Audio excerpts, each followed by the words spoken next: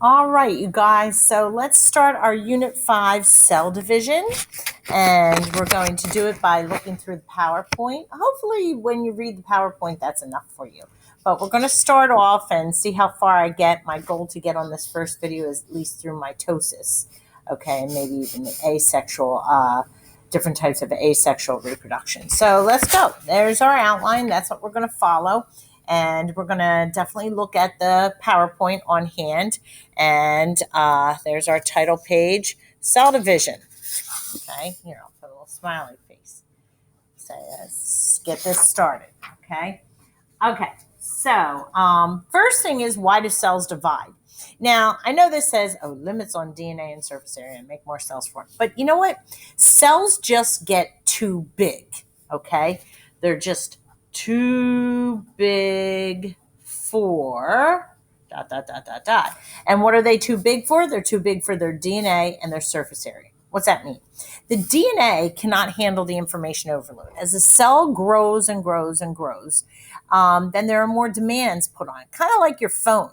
Like as you add more apps and pictures and stuff like that, your memory gets like kind of used up and your phone might not work so well. And we always want a new phone then. I know I want a new phone right now because my phone is very old, but I kind of like it still.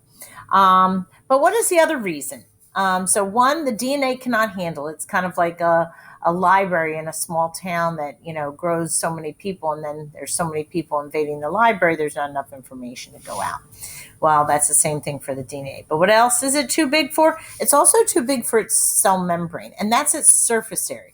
The cell membrane cannot handle the demands that are diffusing in and out now of this very large cell. And if you think about it, in the depths of a cell that's very large, it would take a long time for those particles to diffuse through the cell membrane and eventually get there. Okay, but what is the other reason? So basically, there are two reasons why a cell divides. One, they're too big. And two, they want to make more cells.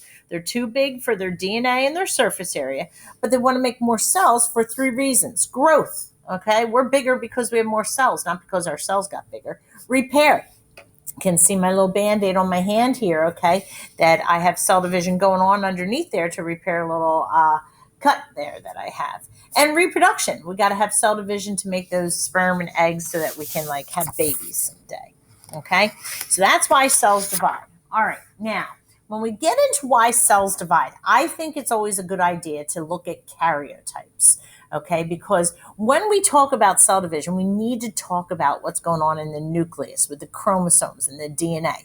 We got to make sure that DNA is divvied up properly, or else, things are going to go wrong. So that's why I always say it's a good idea to just get to know a karyotype and get some of these words out of the way.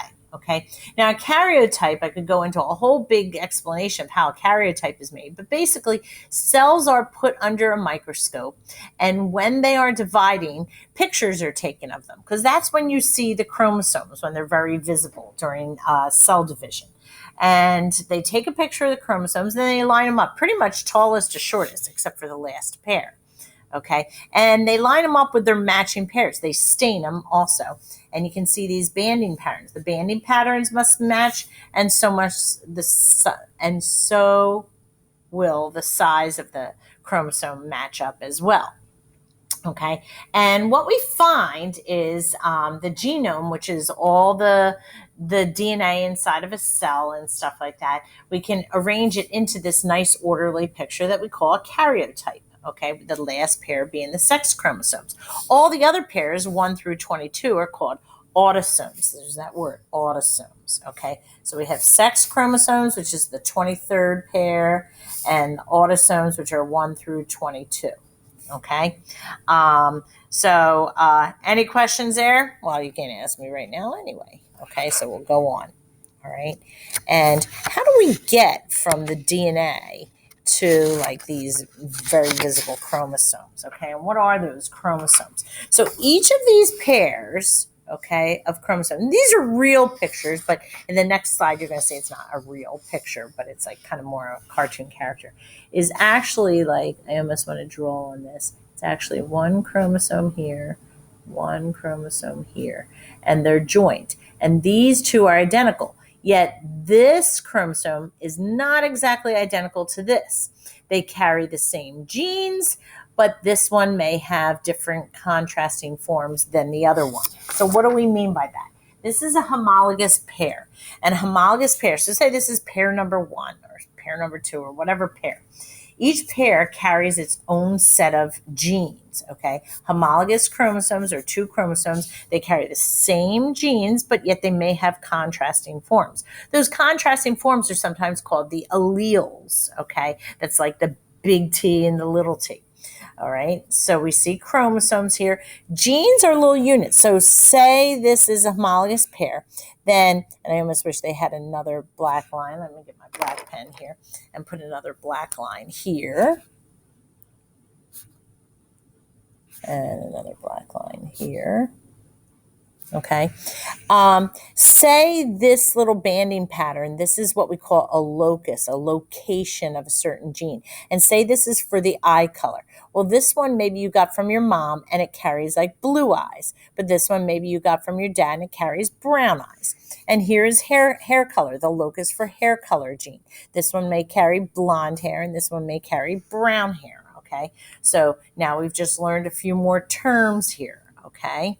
All right, locus, genes, alleles are the contrasting form, which, by the way, let's say hair color, let's say eye color, let's say this was blue, and we'll give that a recessive, but this one was brown, and we'll give that dominant. Okay, and let's say hair color, this was brown, we'll put a big H here for brown hair, and we'll say this is blonde, a little h. Okay, and that's where those like letters that we use in like Punnett squares kind of come from. They come from the alleles. Okay, and remember, this is the chromosome. This is its replicated twin, which we're going to talk about that in more detail. I guess not on the next page, but let me see if it's on the next page because I want to mention it now if it's not.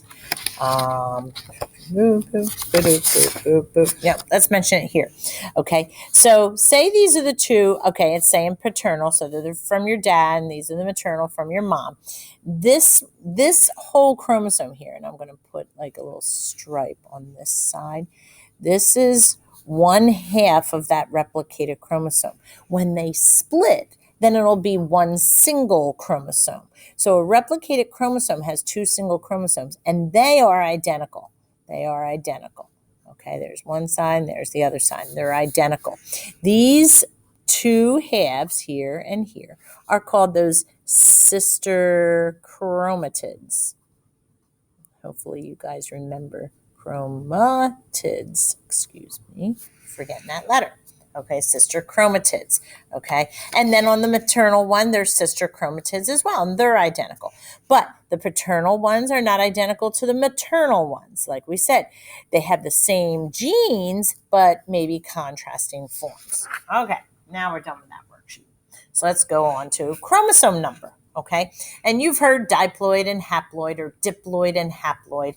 I always say diploid and haploid. Let's accentuate the vowels there. Okay, diploid is 46 in humans. Okay, that means that in every single body cell, okay, we have 46 chromosomes. That's skin, that's nerves, that's muscle, that's bone, that's connective tissue. Remember all those like tissues we looked at one time? So in every single body cell, okay, and that's a somatic cell. Somatic cells is AKA body cells. Body cells. We have 46 chromosomes, or 2 sets of 23. One from mom, one from dad. Okay, and here if we look at the child, okay, he has one from mom, one from dad, one from mom, one from dad, one from dad, one from mom. Okay, that's in his somatic cells, his body cells. That includes skin and muscle and nerve and bone. Okay, just to name a few. And that's what we call the diploid number. That's 46. Okay, and we represent it as 2n. Okay, so for humans, 2n equals 46. In dogs, I think it's 48 is the 2N number. So in every one of their somatic cells, they have 48. But what's in the sex cells? Well, we'll get to that later. It's going to be half that chromosome number, okay? Oh, no, we're getting to it now. All right, so the sex chromosomes are the 23rd. Okay, don't get this confused with sex cells. Sex chromosomes, let me bring this back, this page right before. Sex chromosomes are the last one. So XX, two that look the same, that's a girl. XY, two that look different, that's a boy. What are they having for a child? Right, they're having a boy. Okay, because you can see X and Y there. And that's where you can tell. Mom has only an X to donate, but dad can donate either an X, and it would be a girl, or his Y, and it would be a boy. So we can see how that comes about. Okay, now a little more on the sex chromosomes, that 23rd pair. Okay, humans, right, we already said are XX. Males have one X and one Y. Okay, 22 pairs of chromosomes. Okay, that 1 through 22 are called the autosomes. Remember that 1 through 22 are called, that's pairs 1 through 22 are called the autosomes. But the last set are the sex chromosomes, the 23rd. Now, here's where I want to talk about the difference between somatic cells and the sex cells, or better known as the gametes. These are the sex cells. Sex cells are not the same as sex chromosomes. These are the sperm and the egg, but they can't carry that diploid number.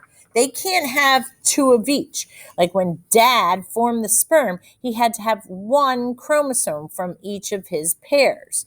Mom had to have one chromosome from each of her pairs to donate for the egg. Otherwise, they'd have a kid with like way too many like chromosomes. So for sex cells, okay, or gametes, we see the haploid number. That's the N number. Okay, and in humans, that would be 23. Each set of 23 has the 22 autosomes and a single sex chromosome. If the unfertilized egg of the sex chromosome is X, okay, that's what it has to be. And if the sperm is either going to be an X or a Y. So think of this as the egg. Think of this as possible sperms. They carry an X or a Y. Hopefully that wasn't too confusing. I know there's a lot of words here, but hopefully you got that. All right. Now, how did we get from DNA, when we see this like double helix structure, to like these chromosomes, these things here? Well, that's that packing up I talk about. And DNA packing is actually quite a big field nowadays because we need DNA to be open in order to be read. Like a book has to be open in order to be read. If the book's pages were glued shut, it'd be awfully hard to read. Well, it's the same thing with the DNA. If it's all uncoiled and loosey-goosey, remember I talked about that, then it's easy to be expressed. But if it's all tightened up, it's getting ready to move, and you can't really read it at that time. Okay, but how does it tighten up? It simply coils, kind of like if you took like a cord and you kept twisting and twisting and twisting. It would coil upon itself and coil upon itself and coil further and further until you get this like tangled like mess. Now remember that DNA way back here did make a copy of itself before it like coiled. And what is it coiling around? It's coiling around these proteins called histones. Okay, and when it coils around, then this whole thing here is called a nucleosome. They call that because they actually discovered those a long time ago, and they were in the nucleus, and they said, oh, they must be nucleosomes, some sort of nuclear bodies or something. They didn't know what they were called. You know, nowadays, I think I just call it DNA wrapped around some histones, you know.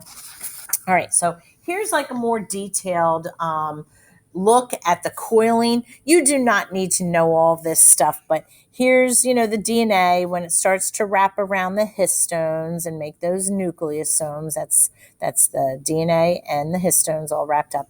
Then those nucleosomes and the DNA coil further. This is just one little part in that looks like this. And then we go out, we're zooming out each time, and eventually we're looking at this, okay? Now this term heterochromatin and euchromatin, later on when we get into gene regulation, turning on genes and turning off genes. We'll get into that a little bit more, which is a very important thing, like whether or not the DNA is stretched out or whether it's all bundled up. And that's it for this first video.